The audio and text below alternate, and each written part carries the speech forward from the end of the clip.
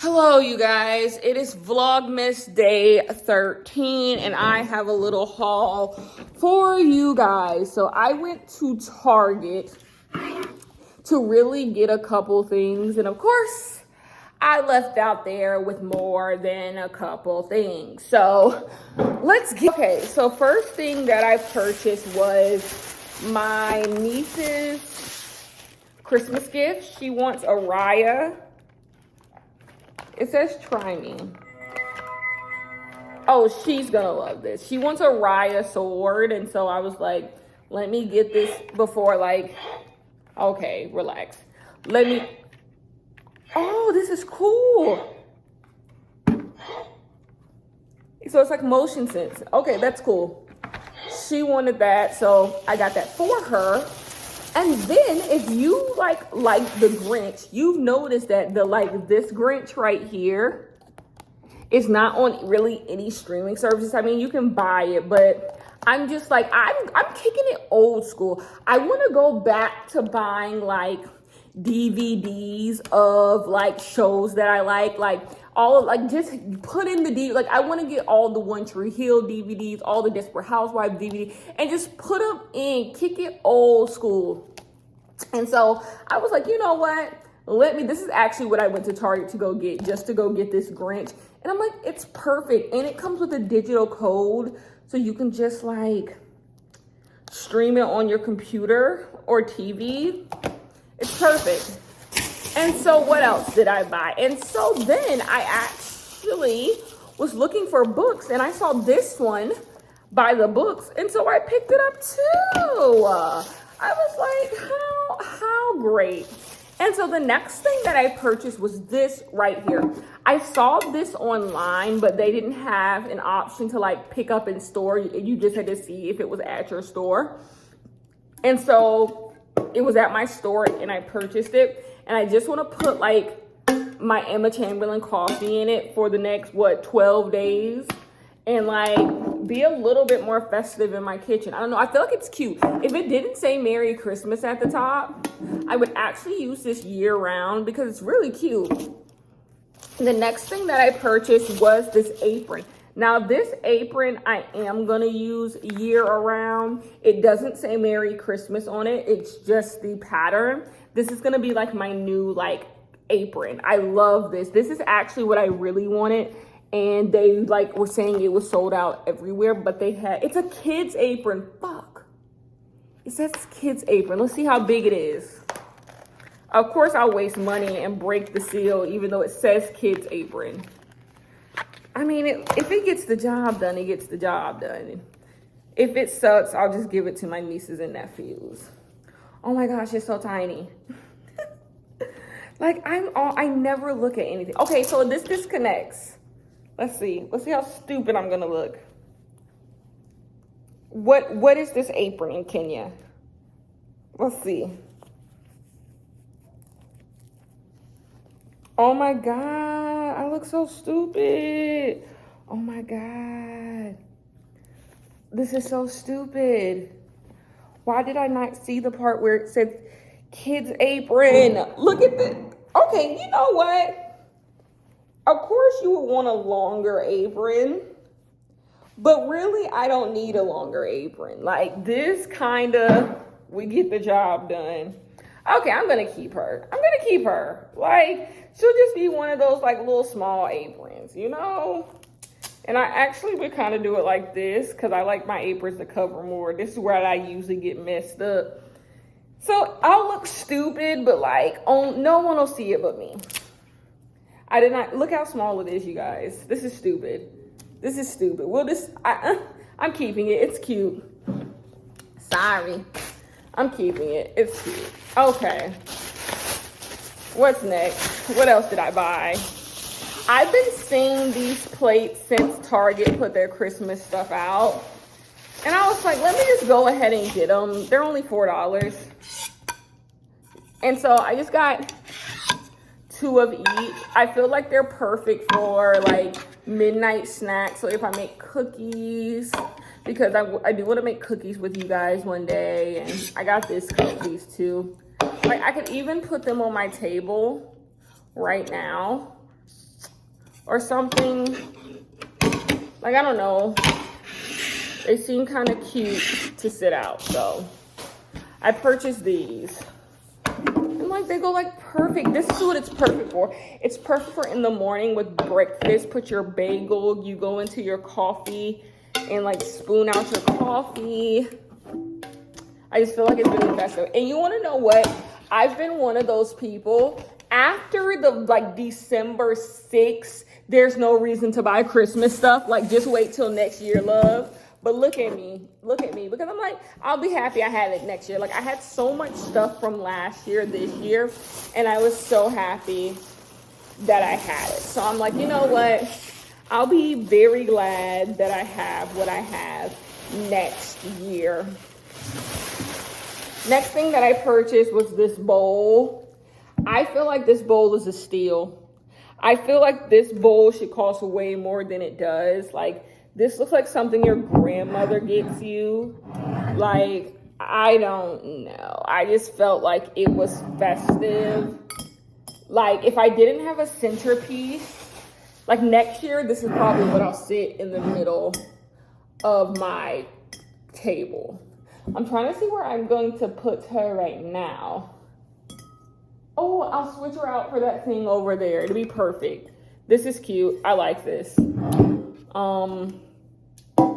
Yeah. The only thing I don't like so far is this stupid apron. And that was actually what I thought was a steal, because they were saying how it was going everywhere. And now look, I have this little ass apron. And it wasn't cheap. I think it was like $10.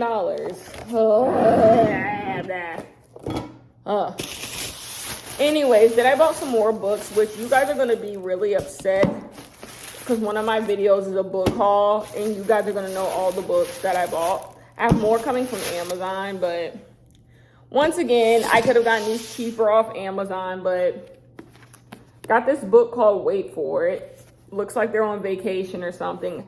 I love a vacation book. Cannot lie. I'm writing a somewhat vacation book. It's not a tropical vacation book. It's another store. I love it. I love it. I love two lovers out of town. It's my favorite trope.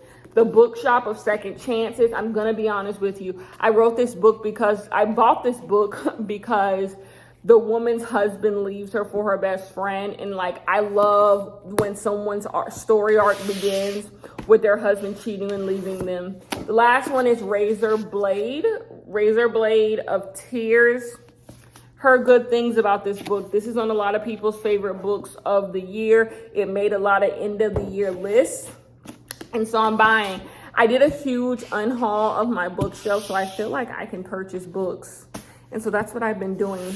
That's the fun thing about getting rid of books. You can buy more. Anyways, that's the end of this haul. I will come back to you guys later to see what else I have to discuss with you. I don't know. Oh, I started reading, I'm reading literally 3 books right now. 3 books right now, trying to reach my end of the year goals and trying to get these videos up. Like, I'm always like, if you're a book reader, you understand, like, it's just you're always like with different thoughts and different things that you want to read, and it's just all going so fast. But today I've been reading In a Holidays by Christina Lauren, and you know, she's alright. Like, she's fine. Like, she's not bad. She's not the holiday swap bad. She's fine.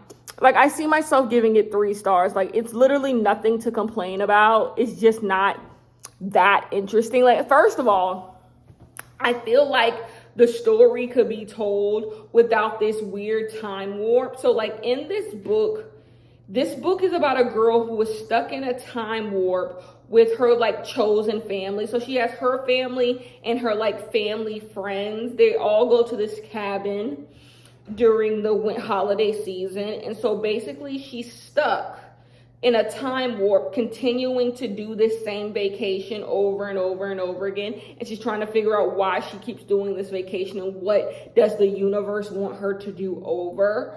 And so that's pretty much what it's about. And like, it's fine. I just don't feel like for a time loop storyline, I'm throwing this in the trash. Like, the more I keep doing this to it, I'm like, why the hell do I have this? The more and more I keep reading on and on, I'm just like, y'all could have not done this with the time loop thingy. It's just not necessary. But overall, it's pretty good. And yeah, I'm really mad I opened this. I should have saw kids and returned it. Now I can't even, I could still return this, play with somebody else. I would return it. I would take the little broken up thing and I would return it. But anyways, I'll see you guys later. Guys, it is the end of Vlogmas Day 13. What do I want to come on and discuss with you guys? First and foremost, I want to discuss Saweetie really quickly. Okay, so a video of Saweetie at the iHeartRadio like tour or something, I don't know, came onto the internet because Mama was out of breath. Mama seemed like she forgot the lyrics or she was just out of breath and she couldn't do the lyrics, and the girls are eating Saweetie up. And I have an opinion on that may like surprise some people. I know every time I do this, y'all like, Kenya, we can't see you. Like, I don't know what you're trying to do, but let me put it on all my books sitting over here. But I have an opinion that could surprise a few people. I don't know. Here's the thing. People who like Saweetie and enjoy Saweetie know what they're getting. My problem, first and foremost, is with Saweetie's team. There are only a few entertainers right now who I believe are incredibly, like, talented. Like, I just believe performing was their God-given right. Like, Meg Thee Stallion is one. Doja Cat is one. A couple other white girls in there. Throw some white girls in there. But there's only about 5 of them that I feel have like natural God-given talent to be on a stage, to be an entertainer. I think everyone else is working with what God gave them, and it's not a lot. And you can decide which one I believe Saweetie belongs in that like which category Saweetie belongs in. But I say that to say, if you put Saweetie in the category of not having God-given talent, why is Saweetie the one whose videos are going viral for not giving good performances? It's her team. There are certain people out there who I think put out phenomenal videos, put on phenomenal performances, put out phenomenal songs, who I don't believe have immense God-given talent. I believe that they have incredible teams. They have incredible teams who know what to do, what to put on stage, what songs to do, how to set up the song, how to set up the visuals, how to set up the choreo. They know what to do to make an artist better. And that's nothing new. That's nothing new when it comes to the pop world, when it comes to the it girl scene. People have always put the right things in place to make sure an artist succeeds, right? And to me, at the end of the day, either the shit's good or it's not, right? I don't care what talent you have. Either the shit's hitting or the shit is not hitting for me. And for me right now with Saweetie, the shit's not hitting. I don't think the music hits. I don't think the performances hit. I just don't. But I blame it all on team. When I watched that Saweetie video at iHeart, why the fuck is Saweetie of all people performing without a backtrack? Let me say that again and tell me if it makes sense. Why is Saweetie, of all people, performing without a backtrack? That's the weird thing about the Saweetie persona.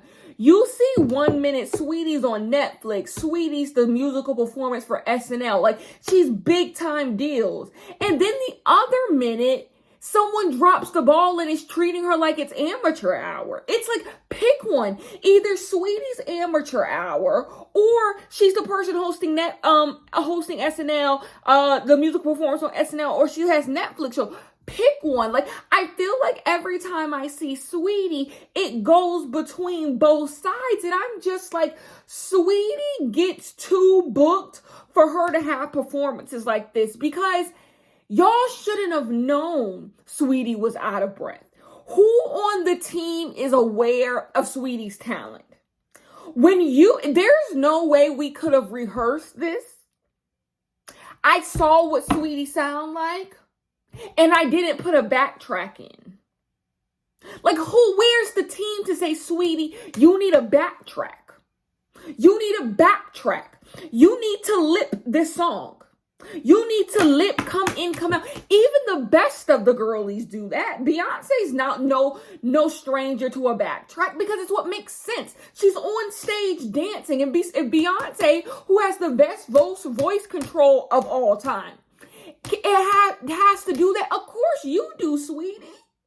And so that's why I say a big issue that I have with Saweetie, the performer, is her team. Because I feel like when it comes to music, when it comes to stage performance, they utterly drop the ball every single time. But when it comes to just being a persona, getting her good deals, getting her all of this, they're A1, best in the game. And it's like, why can't y'all do both? Look at the Cardi print. Cardi's team is able to do both. You see Cardi, and sometimes you just think Cardi's a personality. But then she does an award show, and you're like, no.